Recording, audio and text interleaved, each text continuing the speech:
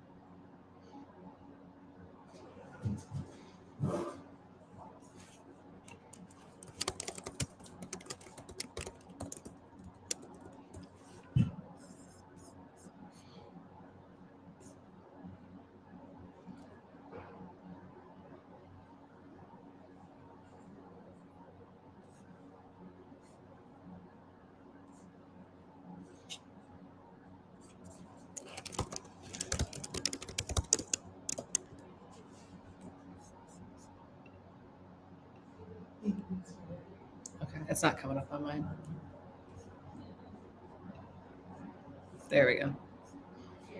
All right, we're going to go ahead and get started. This is an information session on our Activate grants for summer 2026. The deadline for these applications is January 11th. So about a month, actually exactly a month till they're due. So my name is Katie Moore, and I am the Activation Manager for Downtown Grand Rapids, Inc. I've been in this role 3 years now, and I primarily run the Activate Grant Program, which has a winter and summer cycle. And then I help out with World of Winter, Return to the River, and other events and activations that we have downtown throughout the year. So Downtown Grand Rapids, Inc. is a nonprofit that partners with the city of Grand Rapids to activate a district downtown.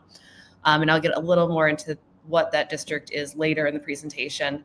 But basically, art and activation is one of our kind of pillars. And so we also do other things, like we just redid Lion Square. We help out with any improvements that make people want to come downtown and enjoy everything Grand Rapids has to offer. So as I mentioned, Activate grants run twice a year. So this is the spring-summer process. We're getting started a little bit earlier this year so that ideally people can start projects as early as maybe April, whereas before it's been closer to June. So Activate grants take place in our district and are meant to be an event or an artwork or any sort of activation that brightens up and enhances the downtown through art or activations. Some important dates that are also online as well. January 4th are when questions are due to me. So any questions you have, ideally submit to me before January 4th. If you do need to ask me something after that, that's fine. I just prefer they don't get backed up at the end. And then January 11th is the deadline. And then we'll do an internal review process and external review. And then we will notify applicants of their status by February 20th, 2026. And then I'll get into what the AAC review is later in the presentation, but that will happen between May and March. And then the window to complete your project is between March and August of 2026. And then if there's something that needs to be deinstalled, we'll work on that together, but ideally that will be out before the winter. All right, so Activate grants fund temporary public activations. So that can look like a lot of different things, as I've alluded to. But so the scale of the project is up to 10,000. So it doesn't have to be 10,000 for this grant. But that is the funding cap. And so it's more for lighter, leaner projects that are up for a temporary amount of time. Something permanent, like the Calder, for example, is a lot more money and a lot more time. So we're not expecting that level. But stuff that can withstand the conditions for a month or 2-3 months would be ideal. And some people just do like kind of 1 week pop-ups on things, or events can be one event. And this is not limited to any medium, but it does need to be able to be interacted with the public and have the durability and safety behind it. And then all activations must be free and open to the public. So that usually equates to being outdoors. There's some exceptions with like windows and displays that are indoors but seen from the outdoors. And activations also need to be appropriate for all ages and all audiences. If you're considering doing an event, I'm happy to always work with you one-on-one and connect you with our events team as well if you have specific questions. But you can find most of the answers that you're looking for through the Office of Special Events. And any event that we fund through the Activate program also needs to meet all their requirements. So if you go to their website, they have a planning and resource guide that walks you through everything you would need to know to do an event in a public space in downtown Grand Rapids. You can also do events in partnership with private spaces. For example, we're funding a luminary bike ride that will end at Studio Park for World of Winter this year. The route itself is permitted by the Office of Special Events, but the party afterwards, the programmer is working directly with Studio Park on. And then we also have an events management program, and we post those dates to our website. I don't think there's one that's upcoming now. I think there'll be another one in the spring. And that's a free opportunity to learn directly from event planners and from the Office of Special Events what goes into hosting events downtown and be able to ask any questions. And it's a really in-depth overview, which is super helpful. I recommend doing that if you're interested in hosting an event in the future, and it is mandatory to go through the program if you are funded for an Activate grant before you do the event.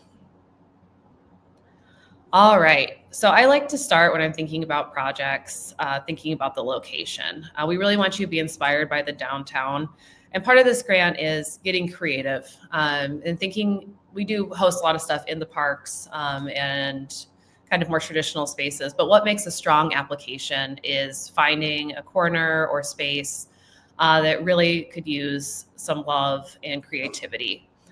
So I would recommend coming downtown, wandering around and being inspired by everything around you.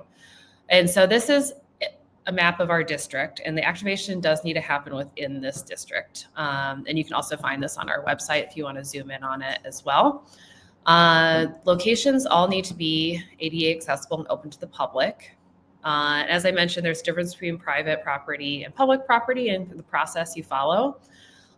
If your activation or event is on public property, you have to, for an art installation, we have to go before the Arts Advisory Council, which is a council made up of city representatives, artists, and different arts professionals that look at your proposal and make sure that it's appropriate for all audiences, is safe, and is not advertising are their main tenets.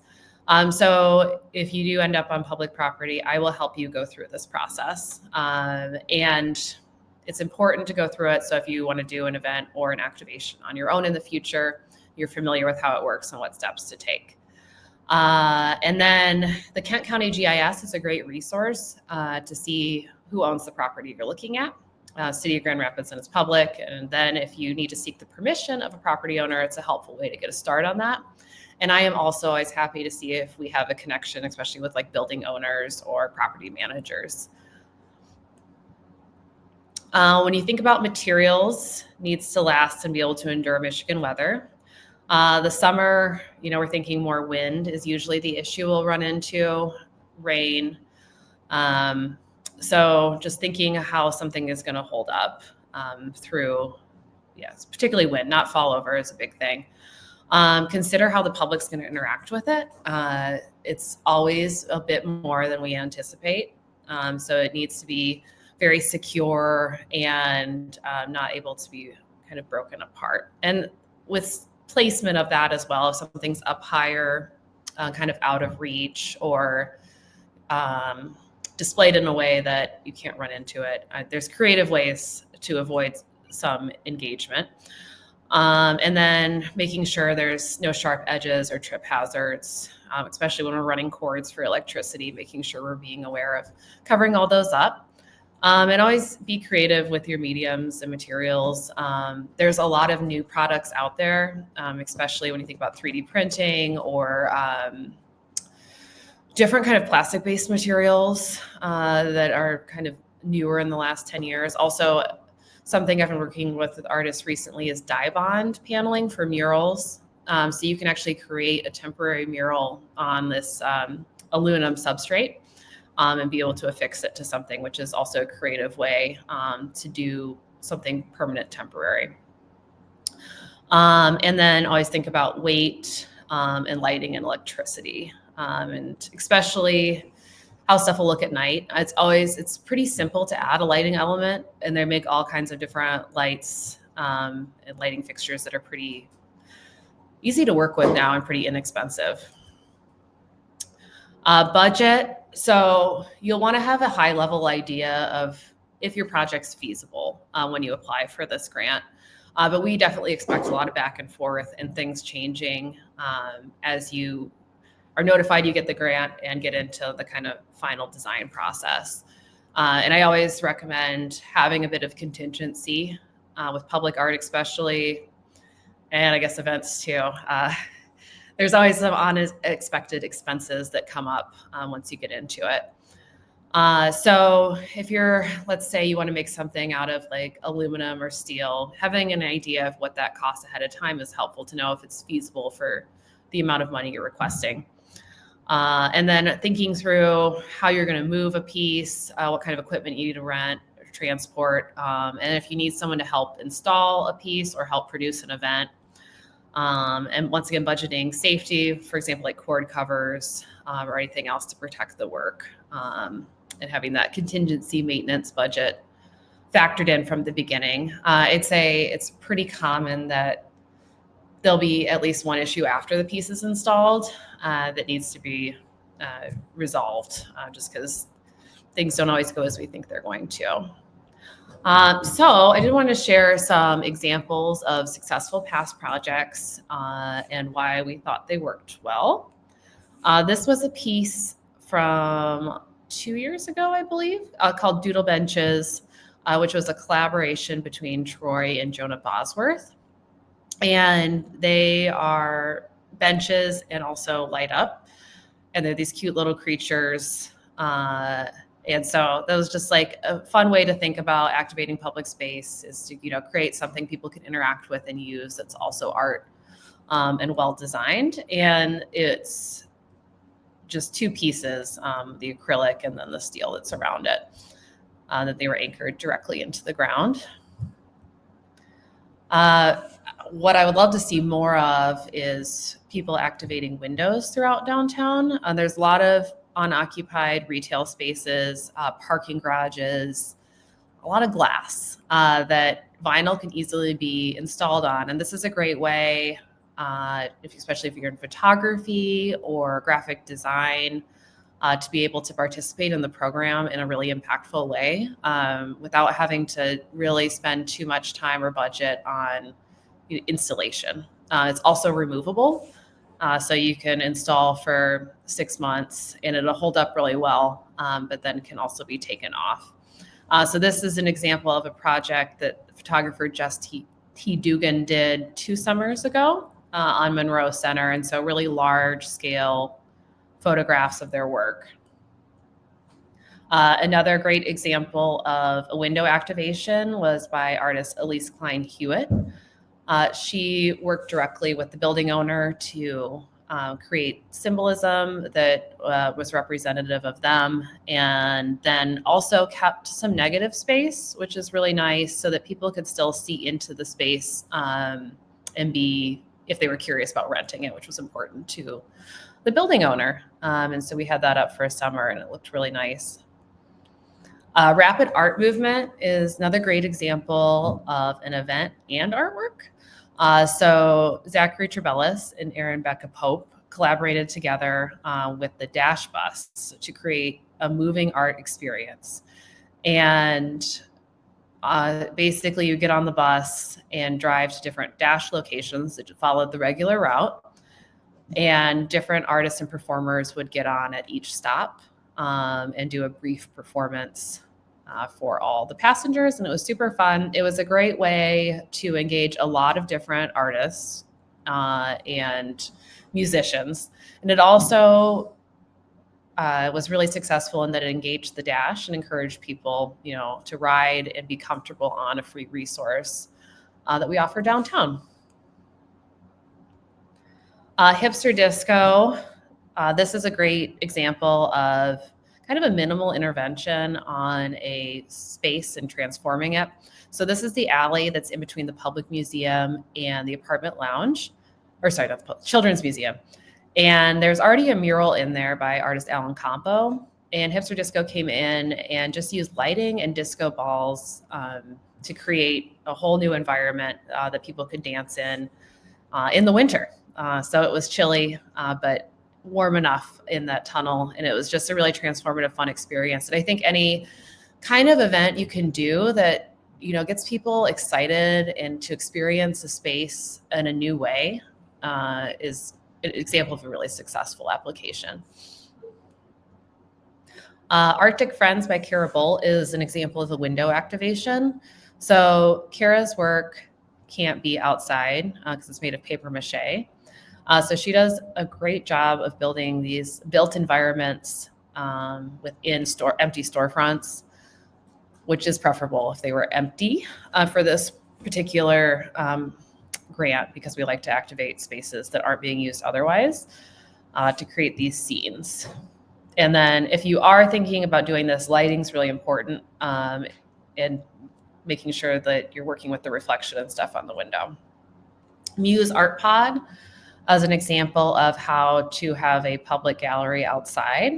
Stephen Smith of Muse collaborated with local company Blocks to fabricate the shipping container that was used as a gallery and performance space. And so it was at 555 Monroe, and on the weekends, I believe he had poetry and music.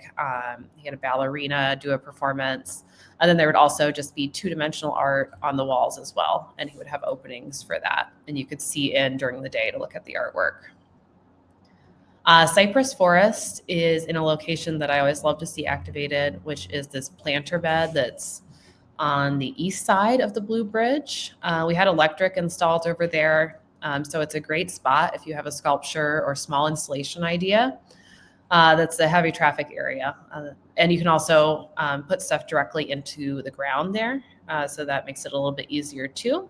This is an example of an artwork that was bright and dynamic, in that it also had like a light show at night, but looked really good during the day. And it's made of like a simple plastic material and like steel armature on the inside. So Craig did a really nice job of creating something unique and vibrant with kind of minimal material.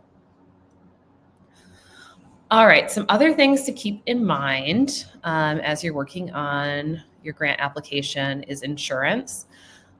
This is something I'm getting a little more familiar with myself, but I think it's a good idea in general, if you're doing any sort of public art or event, to carry at least limited liability and look into that. Just to protect yourself as an artist when things are out in public space, or if you're hosting an event insurance is something you definitely need. Let's see, Activate grants are competitive, especially for summer, very competitive, which means that we have to be kind of selective in what we fund. And we do try and fund a variety of different things. So a couple murals, maybe an event. We try and give a wide array there. For winter, though, we do always have more opportunity through the World Winter Festival. So that is something to consider. If you can do a project outside in the winter, there is more funding available there as well. Feel free to communicate with me as the project's going or ahead of time. I'm always happy to meet with people and hear your ideas and give feedback. I have a pretty good understanding if something's feasible or not through my experience doing this for a few years. So I'm always happy to brainstorm and give feedback. Be open to your design changing and go with the process. So if you do get the grant, it's really normal for once you kind of get into it that something is going to change, maybe with the way you're affixing something or building it or attaching it. Stuff comes up. So always be open to that. And with public art, failure is always part of the process to some degree, not always, I guess. But it's just things don't ever go as we think they're going to. And being flexible and being able to problem solve is a big part of it. Let's see. Please only use AI as a tool to help organize your application. This is something that is really important, actually. So using AI as a tool is great. I would say it's not the best at public art or events in what I've experienced. And when everybody plugs their proposal into AI, it kind of becomes repetitive. And I love to see originality, and I love to see your voice in the application and your thought process. Things don't have to be perfect. I'd rather, get to experience you as the artist or event planner rather than AI. And some good tips for good proposal. Once again, don't rely on ChatGPT if possible. Like I said, great for organization, brainstorming, editing, all of that. But I prefer to see you and make sure you follow directions. So a big thing is making sure it's a singular PDF. When you upload multiple files, they can get confused, or if they're not labeled correctly, it's difficult for me to make sure I have all your application materials. So a singular PDF with your name is the best way to represent yourself in this process. Images are very important. Once again, we prefer no AI. I'd rather you sketch something out, and just usually is more effective that way in communicating. But the more information you can give us, especially about an artwork, the better. So we can get an idea. And that can also be communicated through past work in your portfolio as well. Let's see. So yeah, keeping things organized and concise. And if you don't have experience, that's okay. This program is really meant for people to learn how to activate public space. So you can demonstrate that through past projects you've done, even if it's not like a direct one-to-one comparison. And once again, I'm always happy to meet with you and chat and go through that if you have questions. This is right from the application, but everything is due by January 11th. There's a short questionnaire through SurveyMonkey. Once again, that's really important to fill out because that helps me keep everything organized. And then a resume or CV that indicates relative experience. So CV is going to be more from the art side of things. And a resume, let's say you're doing an event, maybe letting me know what events you've helped out with in the past. And even if it's something small, just seeing that experience and knowing that you have done something similar in the past. Images of previous projects is huge, especially from the art side of things. Getting an idea of you as a creative and artist and what you're capable of is really excellent. We also ask that you propose locations, and it doesn't have to be final. Like you can say, I would like to put this piece in this particular alleyway, and then we get into it, you get the grant, and we can't permit it for whatever reason, or it doesn't quite work. Stuff moves around a lot. That's just kind of part of the process. So being open and even having multiple ideas of where the piece might work is an advantage as well. Let's see, detailed physical description, any materials, more information you give, the better. And then the renderings, like I said, is very important. And then a site map of where you would like to place your project. So let's say you want to put something at Calder Plaza, knowing kind of where at and how it fits in the space is really helpful, or 555 Monroe. And then, as I mentioned earlier, an estimated budget and breakdown of costs. And then a great way to learn more and be inspired going forward, although it'd be World of Winter starts just right before this application's due, is checking out the pieces that were funded for World of Winter, and that starts on January 9th. And then we also have this opportunity to meet the creators of Emergence, which is one of our large-scale pieces that we placed on Calder Plaza for World of Winter. And so they specialize in fabricating these kind of mirrored, large, interactive sculptures the pictures I'm showing are not doing it justice, so I definitely recommend checking it out. But they will be giving a talk at 4:30 p.m. on January 10th.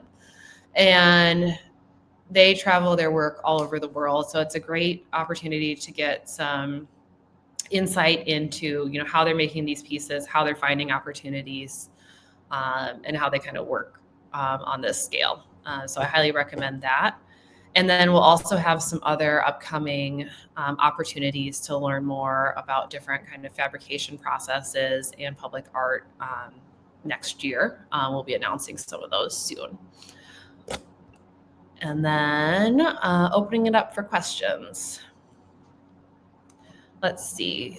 Could this grant be open to supporting reoccurring monthly events or just one event at a time? That's a great question. It can definitely be reoccurring events. For example, I think we funded a program in the past that took place in the parks once, maybe weekly. So definitely reoccurring is great. If it's one big event, that's okay too. And with events, often, the production budget is higher. So we totally expect other sponsors and, other collaborations and encourage that as well. DJI never has to be the sole funder of any project. And even like if you can do trades with other artists or, it's really be ambitious with how you're approaching things. Can it be put in the ground or does it have to be above ground for anchoring purposes? Great question. That really depends on the space. So for example, Calder Plaza, we're unable to screw into the ground because it's the surface. So we are looking at usually weighted bases on things for that space in particular. Now, if you're in a park or on grass and there's no irrigation, we can always ask Parks Department to help us flag stuff and let us know where we can't attach to. But usually, let's say 6th Street Park or Novelwen, we can put a stake in the ground to anchor it that way. The doodle benches that I showed were anchored with stakes. Let's see.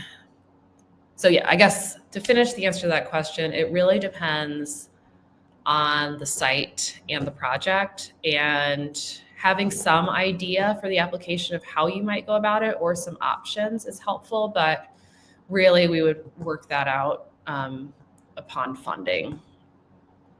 Let's see. Oh, can you go back to the last one?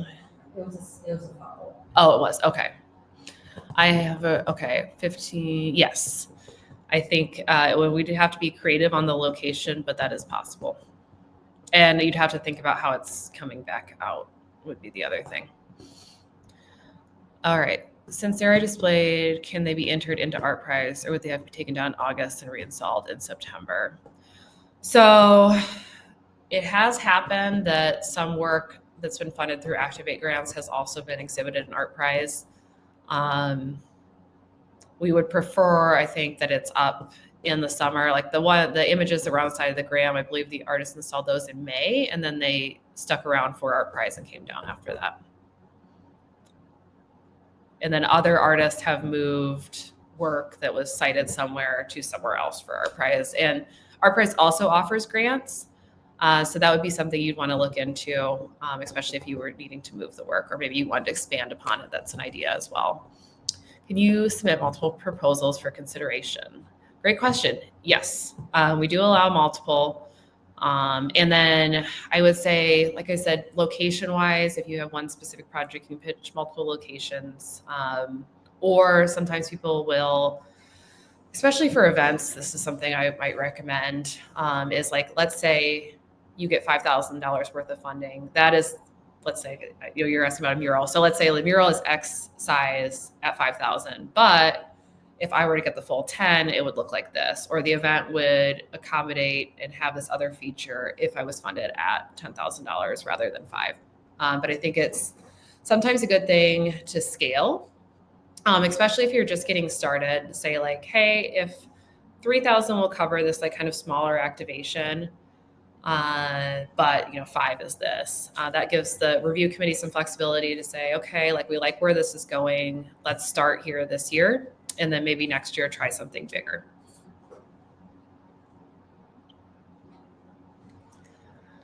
Okay, AAC review, yes. So This would be for artwork only. So it's the Arts Advisory Council, and they meet every third Monday of the month to review any, I'd say specifically murals usually, but public sculpture as well, to make sure that it is safe for everyone, that it's appropriate for all audiences, that it's not an advertisement.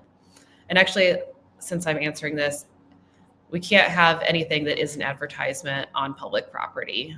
So if you do have a sponsor, let's say for a mural and it's going on a building, their logo can't be on it. Or we would never put like the DJI logo on something. Just something to keep in mind.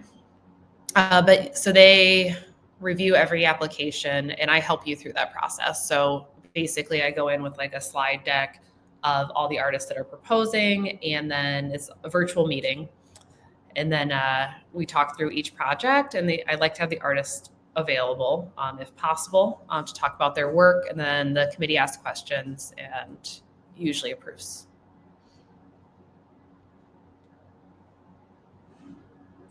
For the bike event I have in mind, can you share how a special event permit works for a mobile event?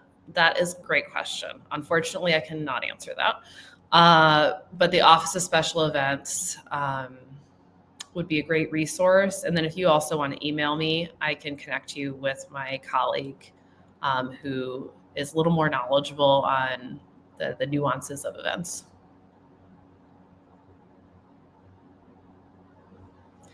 For an event or reoccurring event, would it have to be in a place that is always public facing, or can it be rarely seen underutilized location downtown? Preferably the latter. I think that's fun, but really it could be either. I think it's what best suits your event. Obviously, we want the event to be safe, people to feel safe and be able to find it.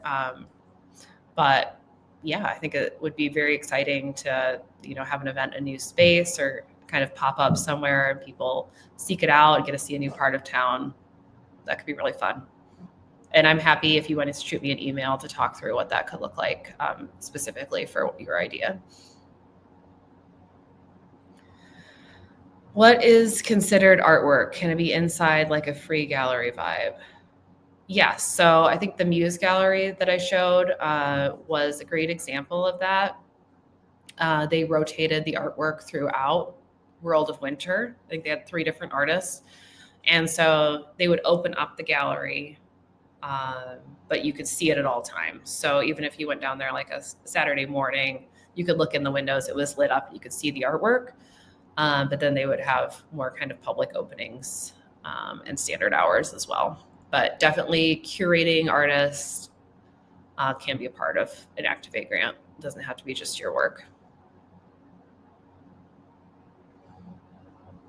Can you get a sponsorship as well from a company in the given area to put it on their building? Yes. So great question. And I meant to cover this earlier.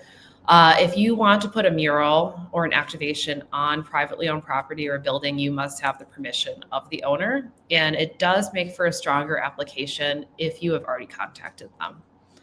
And so that's not always the case. And a lot of times it doesn't work out that way. But so like with city parks, if like there's, let's say something in 6th Street Park, like then we would contact the city and ask permission. But let's say you want to put something on McKay Tower, you would want to say, I've already reached out to McKay. They're interested if this project moves forward.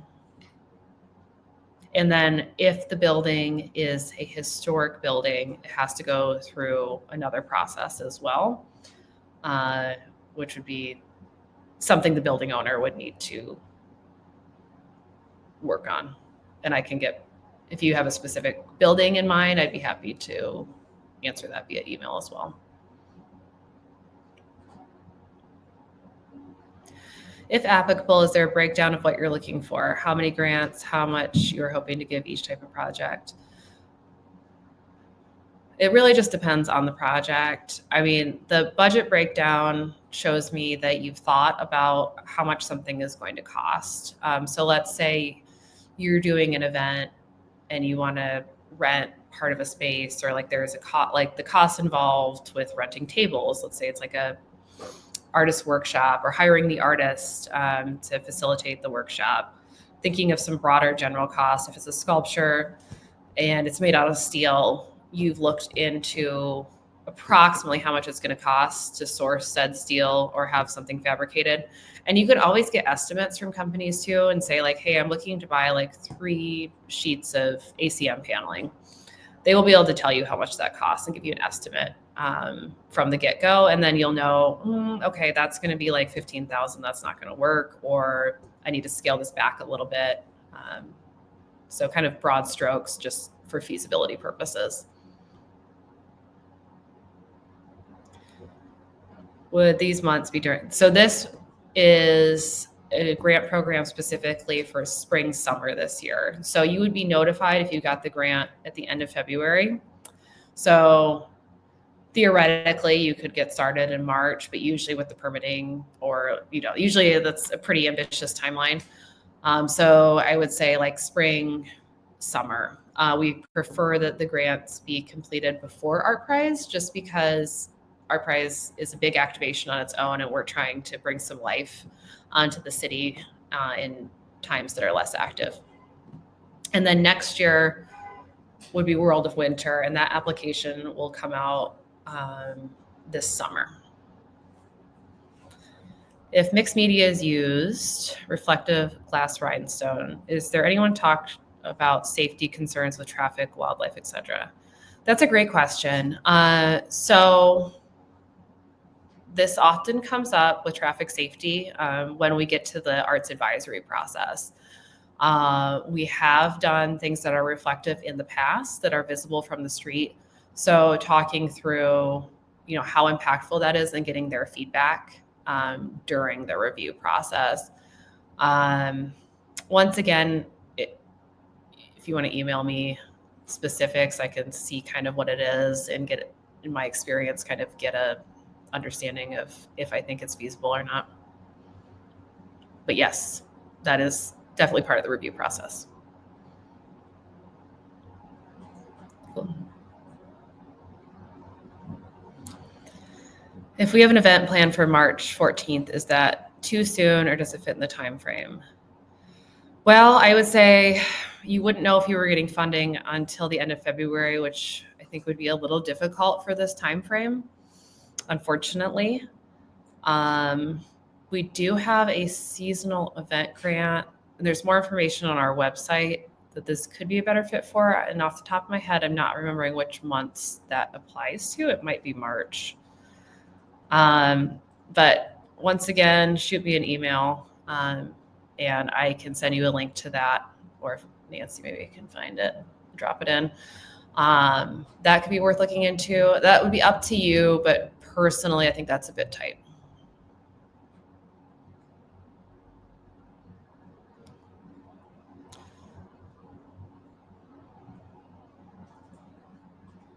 Okay, you're asking about budget breakdown. It really depends. Like I said, we try and fund a variety of different types of activations to give everyone or have like a wider breadth of opportunity for people. But there's no like official breakdown on that.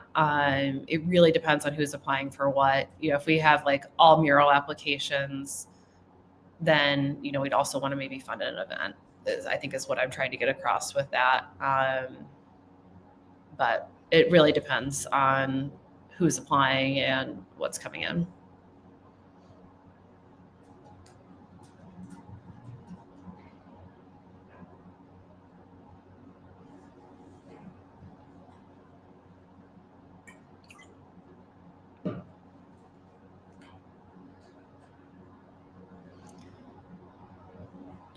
Okay, I mean that it's tucked inside a building and not a window.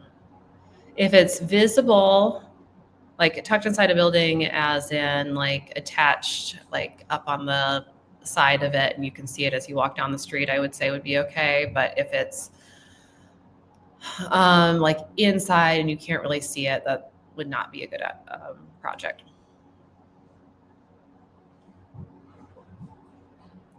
For reoccurring event, it does need to always be public. Like an example of a good Activate grant event would be like if you have a workshop in 6th Street Park that occurs regularly. Or like, let's say you're renting or using someone's like parking lot and you have a space that you can use to do whatever activity you want to do. Or like 555 Monroe is always a popular programming spot. In the summer, thinking about shade. But if another great reoccurring event space would be Lion Square has just been finished. There's a pavilion there. Yeah. But it could be, someplace tucked away as well, depending on, it's hard for me to say without knowing what the actual project is.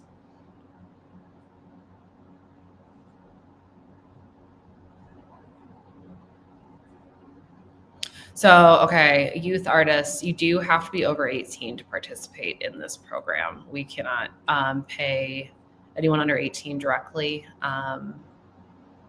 So if you're leading the artist and working with, or if you're the leading artist and working with youth, I'd have to think about how that would work. So shoot me an email with kind of details about that so I can check legally what's allowed. Events should be outside. Like I said, the kind of exception is if you're in a window for like an artwork, but events really need to be accessible in that way, that anyone can kind of wander up and feel welcome.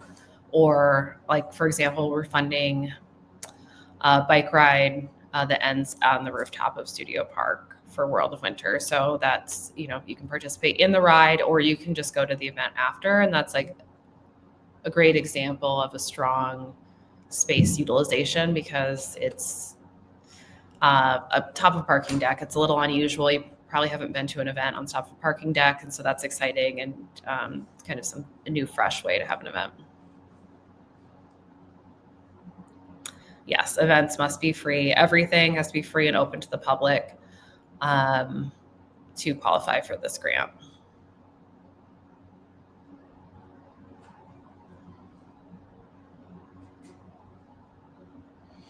Great question. So for example, I'm working with Kara Bolt on a World of Winter window activation, and that was the example I had used. So she kind of goes around downtown and looks at possible spaces and then who the realtor is, and will reach out directly. They usually have the number listed right on the space because they're trying to rent it to see if it's a possibility. And then sometimes, like if I have a better contact, it really just depends on the space. I can be of help, but most of the time it's just kind of cold calling in a way to see what's possible.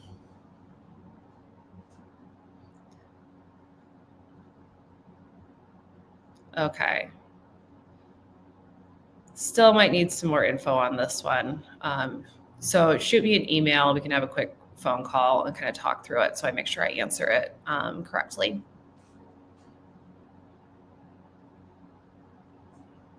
Any other questions? All right, as I mentioned, definitely in the next couple of weeks before the holiday, try to get in any calls or meetings. And then we have a little bit of time after, but feel free to ask me individual questions. And as you get into this, if you need a clarifying point or want feedback, I'm always happy to help. So thank you, and I look forward to seeing all your applications.